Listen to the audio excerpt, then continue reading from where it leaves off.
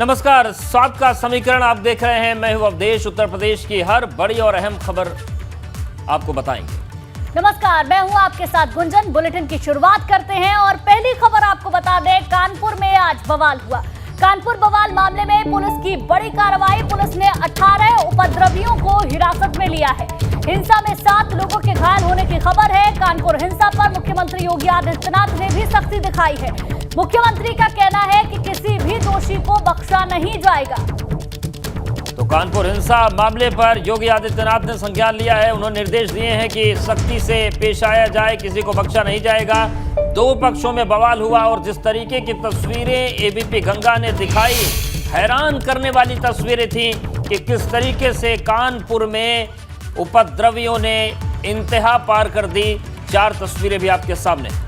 बिल्कुल, ये 4 तस्वीरें आपको दिखा रहे हैं। पहली तस्वीर में आप देखेंगे किस तरीके से बवाल हुआ, किस तरीके से पथराव हुआ। दूसरी तस्वीर आप देखेंगे, दरअसल 2 पक्षों के बीच बाजार बंद करने को लेकर विवाद हुआ और विवाद ने पथराव का रूप ले लिया। पुलिस पर भी पथराव किया गया। जब स्थिति को काबू करने की कोशिश पुलिस की ओर से की गई तो पुलिस के ऊपर भी पथराव हुआ और पूरा परेड इलाका जहां पर यह स्थिति बनी है उसे सील कर दिया गया है, जिसे आप चौथी तस्वीर में देख पाएंगे। तो बाजार बंद करने को लेकर बवाल हुआ और इतना ज्यादा हुआ कि पुलिस के लिए संभालना मुश्किल हो गया। आइए आपको बताते हैं कि कानपुर में आज की जो तस्वीर दिखी वो कितनी भयावह है।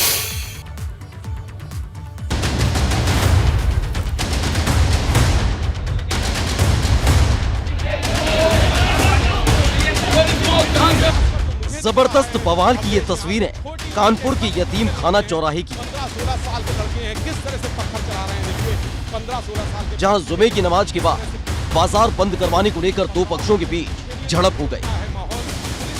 खुद यहाँ पर इसके बाद दोनों तरफ से जमकर पत्थरबाजी की जाने लगी।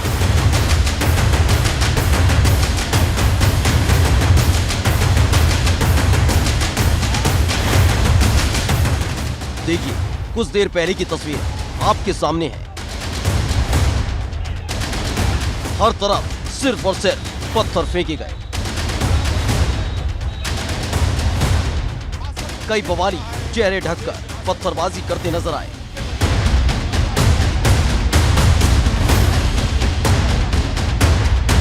तो कुछ बगैर किसी खौफ खुलेआम पत्थरबाजी करते दिखाई दिए।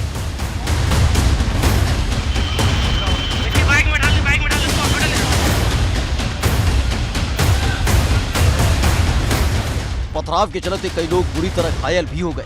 कई गाड़ियां क्षतिग्रस्त हो गईं। हालात इस कदर बेकाबू हो गए कि भिड़ंत को रोकने पहुंची पुलिस पर भी पथराव होने लगा।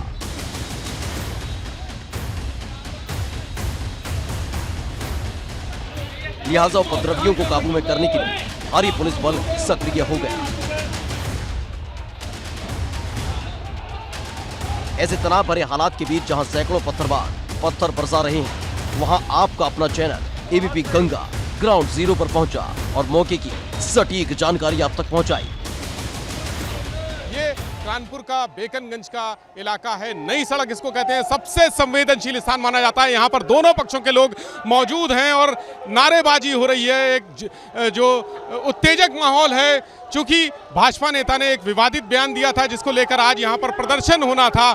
नमाज के बाद प्रदर्शन के लिए लोग इकट्ठा होने थे, लेकिन प्रदर्शनकारियों ने, जैसा यहाँ लोगों का, स्थानीय लोगों का कहना है कि प्रदर्शनकारियों ने दूसरे पक्ष के ऊपर घरों के बाहर हमला कर दिया और दुकानें जो हैं उनके बंद कराने की कोशिश की, पथराव किया। इसको लेकर एक तनावपूर्ण स्थिति हो गई। दोनों तरफ से लोग आमने सामने आ गए और ये आप सामने मस्जिद देख रहे हैं, मस्जिद के बाहर भी पथराव और गोलीबारी हुई है, फायरिंग हुई है। कई राउंड यहाँ पर गोलियां चलाई गई हैं। सवाल है, बातचीत के जरिए हल निकालने की बजाय पत्थर वाली साजिश किसने रची? अभी स्थिति कंट्रोल में नीचे करो भाई, नीचे करो भाई, नीचे करो। लेकिन मौके पे पुलिस के सीपी साहब एंड जॉइंट कमिश्नर हम सब लोग यहाँ मौजूद हैं और जैसा कि आप देख सकते हैं अभी थोड़ा नियंत्रण में आई है, लेकिन इसमें जो मिसक्रिएंट्स हैं वो नैब होने बहुत ज़रूरी है और उनके विरुद्ध में कार्रवाई होना बहुत आवश्यक है। उसके लिए हम लोग अभी लगे हुए हैं एंड रीइंफोर्समेंट अभी और भी आ रहा है पुलिस का, तो उसके साथ हम ये पूरा एरिया डोमिनेशन कराएंगे। जाहिर है जांच होगी तो इसका खुलासा भी होगा। Bureau report, ABP Ganga.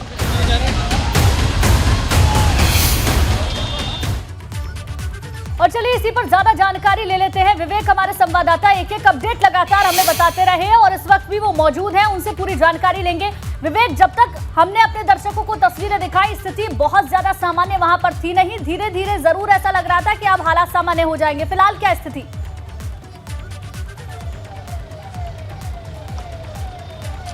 देखिए, जो सामने आपको नज़ारा दिख रहा है, यहाँ पर सबसे संवेदनशील स्थान कानपुर का नई सड़क इलाका और ये पुलिस सहायता केंद्र सद्भावना। इसको सद्भावना चौकी भी कहा जाता है क्योंकि दंगों की शुरुआत यहीं से होती है और समापन भी यहीं होता है। यहीं बुला के समझौता कराया जाता है, यहीं सारी चीज़ें जो तनाव होता है वो ख़त्म कराया जाता है, लोगों को समझा बुझा के शांत कराते हैं। तो ये इसका नाम सद्भावना चौकी रखा गया है और ये सबसे संवेदनशील जगह है। देखिए सामने वहाँ पर जिलाधिकारी मौजूद हैं, पुलिस कमिश्नर मौजूद हैं, ये सारे लोग मौजूद हैं और ये कहा जा रहा है कि अभी जो हालात हैं वो सामान्य है। पूरे शहर की पुलिस फोर्स यहाँ पर बुला ली गई है, सारे अधिकारी पुलिस के प्रशासन के यहाँ पर मौजूद हैं। जो विधायक हैं दोनों पक्षों के, समाजवादी पार्टी के और भारतीय जनता पार्टी के, वो यहाँ पर मौजूद हैं।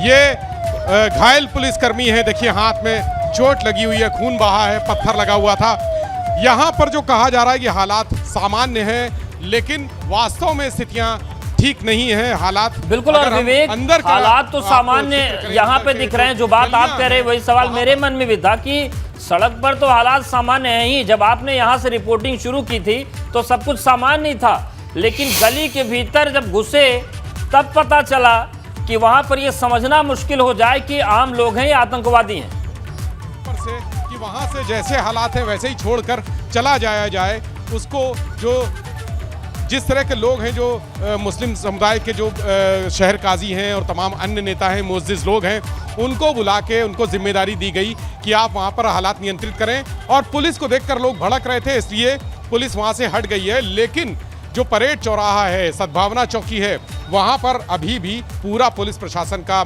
मजमा लगा हुआ है। विवेक, आप सुन पा रहे हैं क्या? आवाज आ रही है आपको? ये सामने जो आप जगह देख रहे हैं, ये नई सड़क है, सबसे संवेदनशील इस जगह पर, यानी ये पूरा हिंदू मुस्लिम इलाका है। दाईं तरफ जो इलाका आप देख रहे हैं, दाईं तरफ जिस सड़क पे हम चल रहे हैं वो हिंदुओं का इलाका है और बाईं तरफ जो दूसरी तरफ आप देख रहे हैं वो मुस्लिम का इलाका है। आमने सामने और टकराव की स्थिति यहाँ पर दिन में कई बार बनती है। दिन में कई बार ऐसी स्थितियाँ आ जाती हैं कि टकराव पैदा हो जाता है और तनाव पैदा हो जाता है। पुलिस प्रशासन के लिए ये इलाका चुनौती है, बहुत बड़ी चुनौती है। संवेदनशीलता यहाँ की ज़्यादा बढ़ी हुई है, लेकिन अभी हालात, ये कहना ठीक नहीं है कि हालात बिल्कुल विवेक सुधर चुके हैं। सवाल ये है, आ चुके हैं, जो बाहर दिख रहा है वो सिर्फ भीड़ है। बिल्कुल विवेक, आएंगे आपके पास। इस बीच एक बड़ी खबर आ रही है, उसका रुख कर लेते हैं। और बड़ी खबर यह है कि कानपुर हिंसा के आरोपियों पर गैंगस्टर लगेगा और कानपुर हिंसा के आरोपियों की संपत्ति जब्त होगी या ध्वस्त होगी। और ऐसा होता भी है। जो भी दंगाई हैं उत्तर प्रदेश में, उन्होंने तमाम तस्वीरें देखी हैं और ये माना जा रहा था कि इस तरीके की कार्रवाई हो सकती है। तो बड़ी खबर यह है कि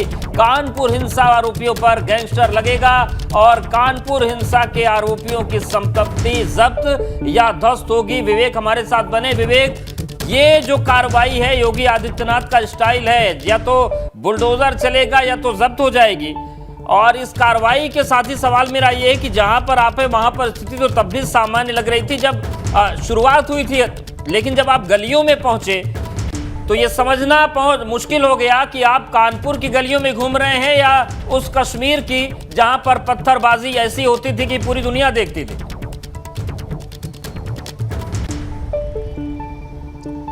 आपका अंदाजा बिल्कुल सही है, आकलन बिल्कुल सही है अखिलेश, क्योंकि जिस तरह से पत्थरबाजी हो रही थी वहां के लोगों का ही कहना था कि ये तो कश्मीर के पत्थरबाज, ऐसा लग रहा है बुलाए गए हैं। लोगों ने शब्द इस्तेमाल किया, बुलाए गए हैं, यानी ये प्री प्लान था।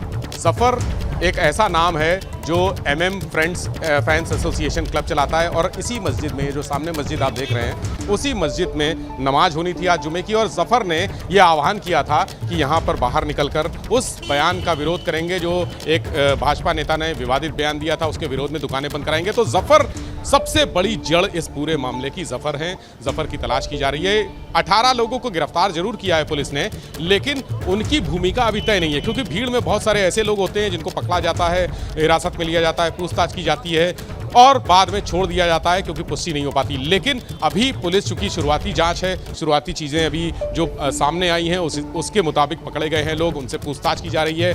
और अन्य लोगों की जो वीडियो में वायरल जो वीडियो हुए हैं सोशल मीडिया पे, तमाम वीडियो वायरल हुए हैं। एबीपी गंगा ने जिस तरह से दिखाया है उपद्रवियों को, आतताइयों को, अराजक तत्वों को, उनकी तस्वीरें दिखाई हैं, उस वीडियो को भी शासन ने संज्ञान में लिया है और उसके आधार पर चिन्हित किए जा रहे हैं। उनकी बुलडोजर से चलेगा, संपत्तियां गिराई जाएंगी। ये कुछ देर पहले यहाँ पर किदवई नगर से भारतीय जनता पार्टी के विधायक है, किदवई नगर विधानसभा क्षेत्र के, उन्होंने कहा था, महेश त्रिवेदी ने, कि बुलडोजर चलेगा। उन्होंने इशारा किया था कि संपत्तियां जब्त होंगी। जब मैंने उनसे पूछा कि क्या कार्रवाई होनी चाहिए, उन्होंने कहा बहुत सख्त कार्रवाई होनी चाहिए, बुलडोजर चलना चाहिए। तो शासन ने इसको संज्ञान में लिया है। निश्चित तौर पर इन गलियों में, ये जो अंदर गलियां आप देख रहे हैं, ये ऐसी गलियों में जहां पुलिस बार बार घुसने की कोशिश करती है और उसको मार पीट कर भगा दिया जाता है। बहुत सारे पुलिस वाले इस पूरे पथराव में, अराजकता में घायल हुए हैं। कई लोगों के पैरों में चोटें आई हैं, कई लोगों के हाथ में चोटें आई हैं। हेलमेट पहने हुए थे इसलिए सर बच गए, लेकिन बुरी तरह से घायल पुलिस वाले इलाज करा रहे हैं। 4 पुलिस वाले इस समय अस्पतालों में भर्ती हैं, अलग अलग अस्पतालों में, जो सरकारी अस्पताल हैं उसमें भर्ती हैं, उनका उपचार किया जा रहा है। 5 लोग और हैं जो पब्लिक के लोग हैं, घायल हैं। एम्बुलेंस यहाँ पर लगी है, जो छोटी मोटी जिनके चोटें आई हैं उनके लिए एम्बुलेंस लगा रखी है उनकी मरहम पट्टी करने के लिए। तो सारे इंतजाम यहाँ पर पुलिस प्रशासन ने सुनिश्चित करा दिए हैं और पूरी तरह से जो व्यवस्थाएं हैं वो मुस्तैद की जा रही हैं कि इससे आगे, यानी अभी जो हो गया, जो 4 घंटे 3.5 घंटे तक उपद्रव चला है, अराजकता चली है, पथराव हुआ है, गोलीबारी हुई है, फायरिंग, बमबाजी हुई है, बम फेंके गए हैं, वो स्थितियां दोबारा ना पैदा हो, इसके लिए वहां अधिकारी बैठे हैं सद्भावना चौकी पर, कोशिश कर रहे हैं कि जो भी हम देख पा रहे हैं कि पुलिस के जवान वहां पर अभी भी मौजूद हैं। और आपने शुरुआत में जो तस्वीरें दिखाई थी उसमें एम्बुलेंस के जरिए जो पुलिसकर्मी घायल हुए हैं उन्हें लेकर भी जाया जा रहा है। लेकिन जिस तरीके से कार्रवाई की गई है कि जिन लोग ने हिंसा की, जो आरोपी है, उन पर गैंगस्टर लगेगा, या तो संपत्ति जब्त होगी या फिर बुलडोजर चलाया जाएगा। क्योंकि अगर देखें तो योगी सरकार 2.0 में बुलडोजर की कार्रवाई लगातार चल रही है, तो क्या उसी का एक नमूना इसे भी समझा जाए और उसी के तहत यहां पर कार्रवाई की है और सख्त हिदायत भी यहां से दे दी गई है कि किसी भी तरीके से कानून व्यवस्था पर कोई क्वेश्चन मार्क बर्दाश्त नहीं किया जाएगा। देखिए, ये बहुत बड़ी बात थी जिस तरह से अंदर गलियों में हमने अपने कैमरे की नज़र से दिखाया है, जो अराजकता का आलम था, जिस तरह से लोग पत्थर चला रहे हैं और गली गली, एक गली में ख़त्म होता है तो दूसरी गली में शुरू हो जाते हैं, दूसरी गली में पुलिस उनको ओवर पावर करने की कोशिश करती है तो वो तीसरी गली में चले जाते हैं। पुलिस पर लगातार हमला किया, पुलिस को कई बार खदेड़ा भी। उससे ये स्पष्ट है कि जिस तरह की कार्रवाई होनी चाहिए वो होगी। और यहाँ के जो स्थानीय विधायक हैं भारतीय जनता पार्टी के, उन्होंने भी साफ कह दिया है कि बुलडोजर तो चलेगा ही, जो अराजकता कर रहे थे। और सबसे बड़ी बात यह है कि जो भीड़ थी, जो अराजक तत्व थे, उसमें कुछ ऐसे भी थे जो नाबालिग थे, बच्चे थे, 8 साल 9 साल 10 साल के बच्चे, मुंह में रुमाल बांधकर, चेहरा ढककर उन्होंने पथराव किया, चेहरा पहचान छिपाते और चैलेंजिंग मोड में किया, यानी पुलिस को चुनौती देते हुए। कई बार ऐसे हालात पैदा हुए कि पुलिस आगे बढ़ने की कोशिश करती तो वो खदेड़ देते।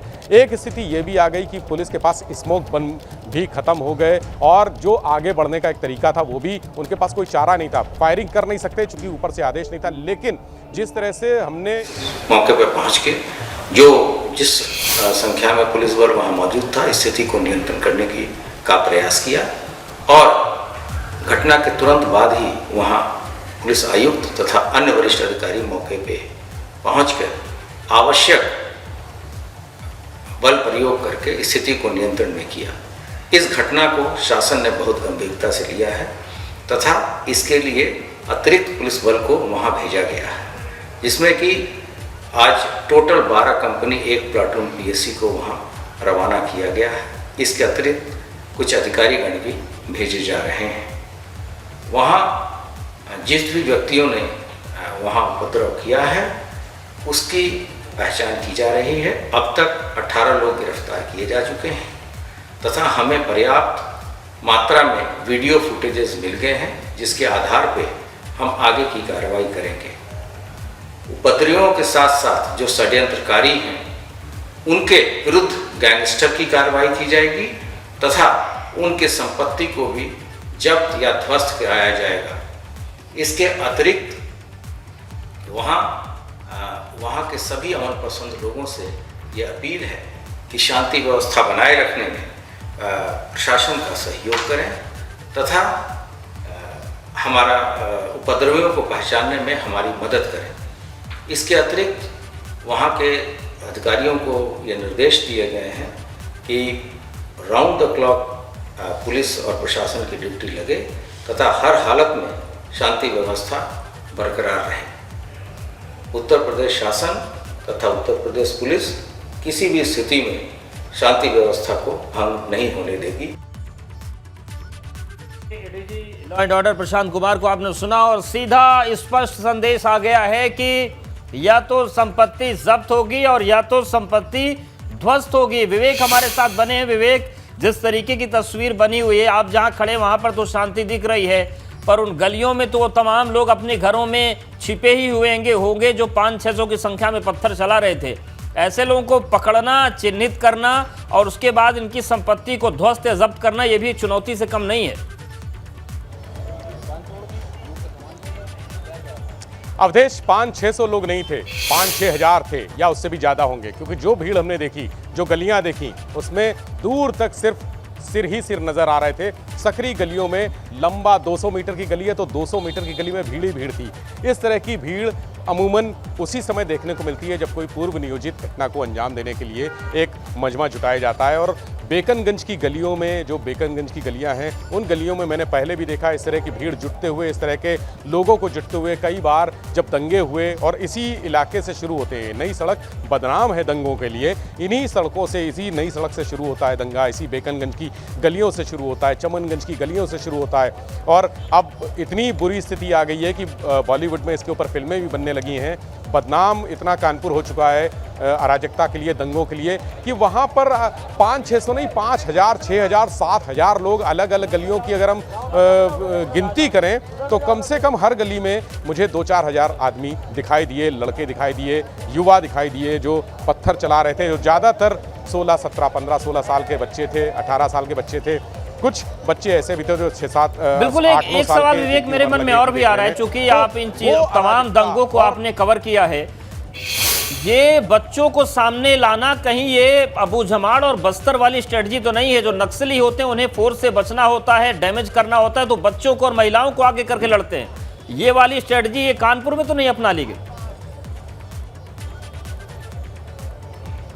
देखिए, हमेशा से ढाल बनाया जाता है, बच्चों को हमेशा से ढाल बनाया जाता है, लेकिन वो ढाल बनते बनते हथियार भी बन गए हैं बच्चे। कभी ढाल की तरह सामने आते हैं तो कभी धीरे धीरे वो पत्थर उठा के चलाना भी सीख जाते हैं। आज भी देखा, लगातार हमने हर गली में देखा कि बच्चे आए, बिल्कुल बिल्कुल, एक तस्वीर हमने देखी और वो तस्वीर वाकई डराने वाली थी, लेकिन अब शासन की ओर से कार्रवाई भी की जाएगी, ये भी साफ कर दिया गया है। आप नजर बना के रखिए विवेक। फिलहाल बहुत बहुत शुक्रिया आपका।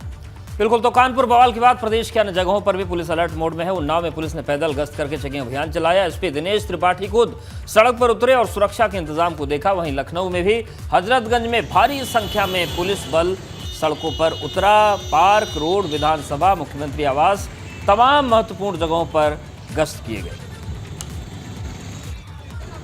खबरों में आगे बढ़ेंगे। आजमगढ़ के लिए अखिलेश यादव ने अपने उम्मीदवार की घोषणा कर दी है। अखिलेश यादव ने यहां से सुशील आनंद को अपना प्रत्याशी बनाया है। सुशील आनंद पूर्व सांसद और सपा नेता स्वर्गीय बलिहारी बाबू के बेटे हैं। सुशील आनंद 2010 में फूलपुर से ब्लॉक प्रमुख भी रहे हैं और उपचुनाव में सुशील आनंद चुनाव लड़ेंगे, ये घोषणा कर दी गई है। और शैलेश हमारे साथ जुड़ गए हैं। शैलेश, ये जो सुशील आनंद को प्रत्याशी सपा ने बनाया है, पूर्व सांसद सुशील के बेटे हैं, क्या समीकरण साधने की कोशिश की गई आजमगढ़ में? क्योंकि ये गढ़ है, ये बचाना भी बहुत ज़रूरी है और माना जा रहा था कि पहले उनके पिताजी, फिर वो और उसके बाद उनकी पत्नी यहाँ चुनाव लड़ सकती थी। बिल्कुल, देखिए, निश्चित रूप से गढ़ है, बचाना जरूरी है और इसी बात को ध्यान में रखकर ये कार्ड खेला गया है। अगर बात करें आजमगढ़ का, और जहाँ तक बात करें प्रत्याशी की, तो देखिए जो सुशील आनंद है वो पहले वहीं आजमगढ़ में जो फूलपुर पवई है वहाँ पर ब्लॉक प्रमुख भी रह चुके हैं। अगर हम बलिहारी बाबू की बात करते हैं जो पूर्व सांसद, तो वो देखिए बसपा से राज्यसभा के सांसद रहे, बाद में कांग्रेस में आए, लेकिन 2020 में सपा का दामन थाम लिया था। वहाँ पर एक बड़े दलित नेता के रूप में इस चेहरे को जाना जाता है और ऐसे में कहीं ना कहीं पार्टी ने, समाजवादी पार्टी ने वहाँ पर दलित कार्ड खेला है। उसके पीछे की अगर आप वजह देखें तो देखिए बसपा ने वहाँ से गुड्डू जमाली को प्रत्याशी बनाया है। गुड्डू जमाली की स्थिति भी वहाँ पर अच्छी कही जा सकती है। हालांकि इस विधानसभा चुनाव में क्योंकि AIMIM के टिकट पर थे, इस वजह से वहाँ से वो चुनाव हार जरूर गए, लेकिन वैसे अगर कहा जाए तो जो एक मुस्लिम पक्ष की बात करें तो मुस्लिम वोटर्स जो हैं बड़ी संख्या में साथ में। ऐसे में अगर कहीं ना कहीं ये मान सकते हैं आप कि समाजवादी पार्टी ने जो दलित कार्ड खेला उससे दो फायदे होंगे। एक तो जो वोट कटने की स्थिति है उससे भी बचेंगे, और दूसरी चीज़ जो अगर आप देखें वो ये कि एक मैसेज देने की कोशिश कि हम सर्व समाज की पार्टी है।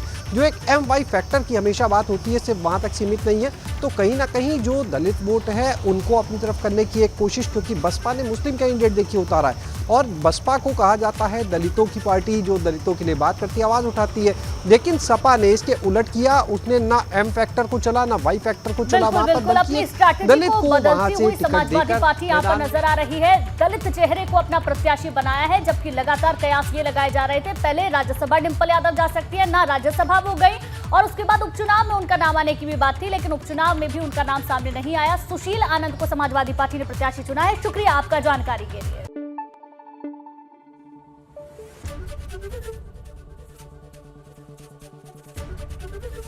ABP गंगा, खबर आपकी, जुबान आपकी।